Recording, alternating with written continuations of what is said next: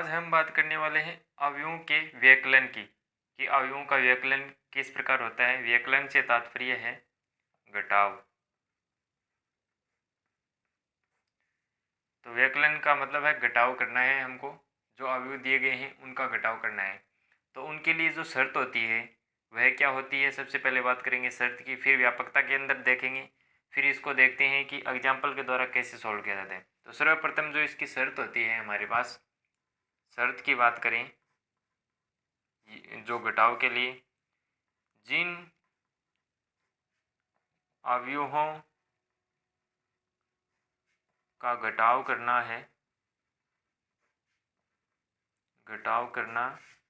है उनकी कोटि क्या होनी चाहिए, उनकी कोटि समान होनी चाहिए, उनकी कोटि समान होनी चाहिए। कहने का मतलब कोई भी अवयव हैं जिनका हम घटाव कर रहे हैं तो उनकी जो कोटि क्या होनी चाहिए, समान होनी चाहिए। कहने का मतलब उसके अंदर जो पंक्तियों की संख्या है वो भी समान होनी चाहिए दोनों के अंदर, और स्तंभों की संख्या है वो भी समान होनी चाहिए, तभी उनका जो घटाव है वह पॉसिबल होगा। अब हम इसको देखते हैं व्यापकता के अंदर। माना अवयव है ए, हमारे पास कुछ इस प्रकार है ए आई जे, और यहाँ हमने ले लिया m बाई n का मैट्रिक्स, और b ले लिया हमने b आई जे, और यह भी m बाई n का मैट्रिक्स है। तब a व b का व्यवकलन, इसका व्यवकलन होता है ये।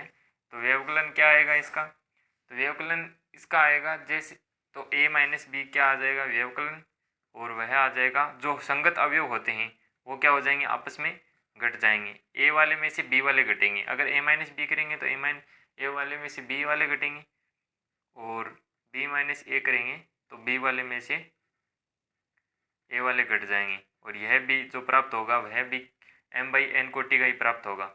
और अगर b माइनस ए करें तो बी वाले पहले आएंगे और a वाले बाद में आएंगे, और यह भी m बाई n कोटि का जो हमारे पास घटाव करने के बाद जो अवयव बचेगा वह भी m बाई n कोटि का ही बचेगा। अब हम देखते हैं कि इसको एग्जाम्पल के द्वारा कैसे सॉल्व करते हैं। एग्जाम्पल के द्वारा इसको किस प्रकार डिफाइन होता है ये, कि जैसे हमारे पास कोई एग्जाम्पल दिया गया है, हमें एग्जाम्पल में हमारे पास कोई भी अवयव है a, उसके अंदर दिए गए हैं अवयव कुछ इस प्रकार 3, 5, 6, 2, 7, 1, 9, 8, 3, और जो b अवयव दिया गया है वह कुछ इस प्रकार दिया गया है। b अवयव है दिया गया है 6, 7, 9, 8, 3, 4, 1, 2, 0, यह हमारे पास b अवयव है। तो हमें निकालना है a minus B. a minus B और b माइनस ए में फ़र्क इतना ही है कि पहले ये आ जाएगा तो a वाले में से घट जाएंगे संगत अवयव। तो हम बात करें a माइनस बी की, तो सबसे पहले तो a अवयव बनाते हैं, फिर इन दोनों के बीच में माइनस संक्रिया, और फिर b अवयव बनाते हैं।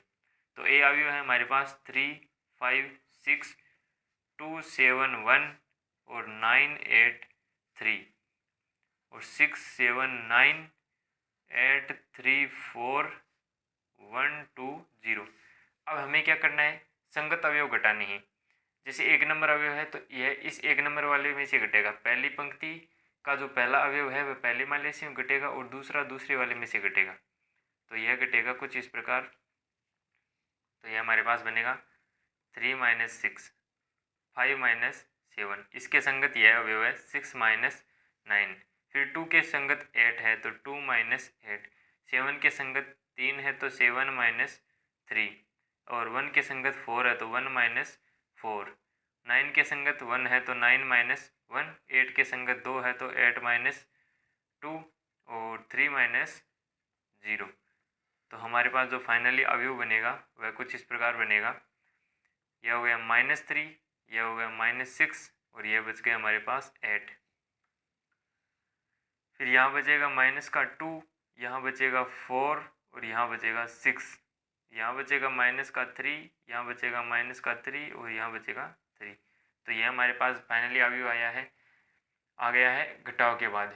अब हमने शुरुआत में देखा था यह अवयव किस कोटि का था, 3/3 का, और यह भी किसका था, 3/3 कोटि का था, और यह हमारे पास जो फाइनल रिजल्ट आया वह भी किसका है, 3/3 का। कहने का मतलब जो जिन दोनों अवयवों का घटाव हो रहा है उनकी कोटि तो समान है ही, और उनके घटाव के बाद भी कोटि उन्हीं के समान आएगी। तो ये हमारे पास था कि अवयवों का घटाव किस प्रकार किया जाता है। तो सबसे पहले देखा कि इसको जो शर्त होती है वह शर्त सामान्य, जैसे योग करते हैं हम अवयवों का वैसे ही घटाव किया जाता है, और उनकी शर्त होती है कि जो उनकी कोटि होती है वह समान होती है, चाहे इसके अंदर 2 कर दें या तीन अवयवों का घटाव कर दें तो सेम यही रूल फॉलो होगा, लेकिन क्या होगा, इनकी कोटि क्या होनी चाहिए, समान। तो ये था आज की वीडियो में कि अवयवों का व्यवकलन कैसे किया जाता है। अगर वीडियो पसंद आई हो तो लाइक शेयर सब्सक्राइब करना ना भूलें। अगले वीडियो मिलते हैं, तब तक के लिए जय हिंद, वंदे मातरम।